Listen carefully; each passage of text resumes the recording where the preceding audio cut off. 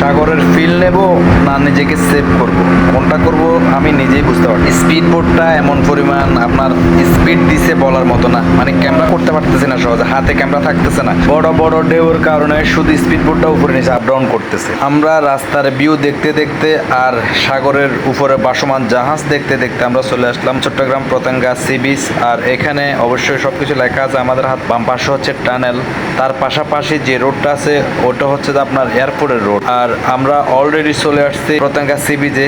আর এই সি বিচে আমরা বিগত 5 বছর আগে আসছি, আর এখন আসলে অনেক অত্যাধুনিক হয়ে গেছে। এভরিওয়ান, কি অবস্থা সবার, কেমন আছেন সবাই? আশা করি সবাই অনেক ভালো আছেন। আজকে আমরা ঘুরতে ঘুরতে চলে আসলাম চিটাগং সেই সি বিচ। এই জায়গার ভিউটা খুব অস্থির। অস্থির বলতে কোনো ছুটি থাকলে বা কোনো সরকারি বন্ধ ফেলে আর এই জায়গায় সহজে হাঁটা যায় না, পা ফেলার জায়গা থাকে না, এত মানুষ থাকে। আর এই জায়গাটা এত পপুলার একটা জায়গা, আর এতগুলো মানুষ জমাট হয় বলার মতো না। এমনিতেই ভালো লাগে, মনটা এমনিতেই ফ্রেশ হয়ে যায়। সি বিচের পাশাপাশি বিমানবন্দর থাকাতে আপনার খুব ইজিলি আপনার সব চোখে দেখতে পারবেন বিমানগুলো উঠতেছে নামতেছে, বড় ছোট সব ধরনের বিমান। আমি স্পিড বোটে ওঠার জন্য প্রস্তুত হয়ে গেলাম, গুটি গুটি পায়ে এগিয়ে যাচ্ছি স্পিড বোটে ওঠার জন্য। আর তার পাশাপাশি অনেক ধরনের মানুষ, আর আমাদের টিম মেম্বারগুলো সবাই একসাথে হয়ে আমরা এখন স্পিড বোটে যাব। স্পিড বোটের রেট করব কত টাকা দিলে কতটুকু পর্যন্ত যাবে, বা স্পিড বোটে কয়জন যাবে, এগুলা অবশ্যই জাস্টিফাই করে তারপর আমরা স্পিড বোটে উঠব। আমার টিম মেম্বারদের সাথে কথা বললাম, টিম মেম্বার ভাইয়া স্পিড বোটটা আসলে অনেক স্পিডে যায়, আর এখানে স্পিড বোটটা অনেক বড় বড় ঢেউ, আমাদের কাছে অনেক ভয় লাগে।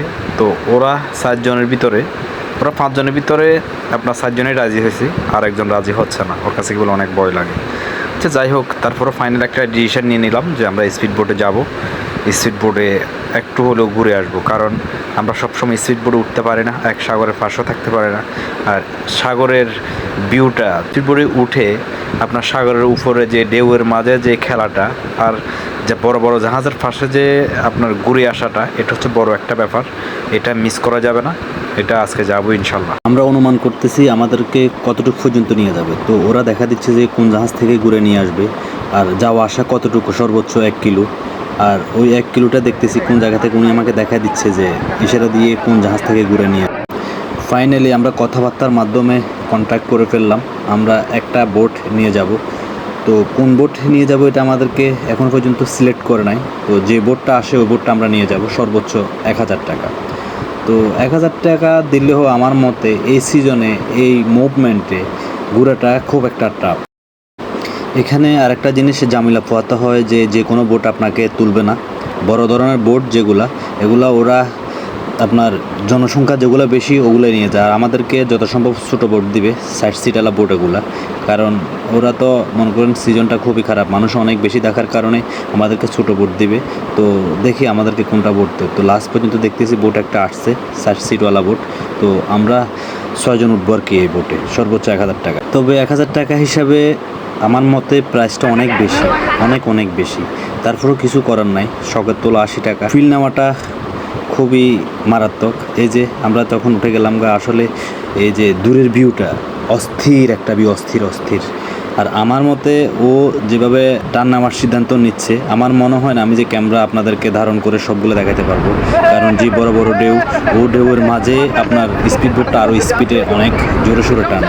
তারপরেও আমি চেষ্টা করব যথেষ্ট পরিমাণ ভিউ নেওয়ার জন্য। এখানে গোধূলি বেলা যেহেতু সূর্য অস্ত যাওয়ার আপনার কাছাকাছি প্রায়, তো ও যেহেতু টান দিছে আপনার, আর ক্যামেরা হাতে ধরা যাচ্ছে না, ক্যামেরাটা খুব আপ ডাউন করতেছে। তো আমি যথেষ্ট পরিমাণ চেষ্টা করছি যে আপনার ভিউটা জাস্ট কালেকশন করার জন্য, যতটুকু পারছি অতটুকু নিছি। বাকিটা আসলে ড্রাইভারটা খুব স্ট্রং একটা ড্রাইভার, উনি যেভাবে টানতেছে খুবই সিল মোড়ে টানতেছে, আর আমাদেরকে খুব মজা দিচ্ছে, খুবই ভালো লাগে। আর এই জায়গাগুলো একবার হলেও ঘুরে আসবেন, মনটা ফ্রেশ করবেন, ভালো লাগবে ইনশাল্লাহ। তো আমরা লাস্ট পর্যায়ে ঘুরে গেড়ে চলে আসলাম। 1000 টাকা দিয়েও এত বেশি দূরে যায় না, তো লস না লাভও না এক ধরনের আর কি, মানে মজাটা নেওয়া এটাই আলাদা।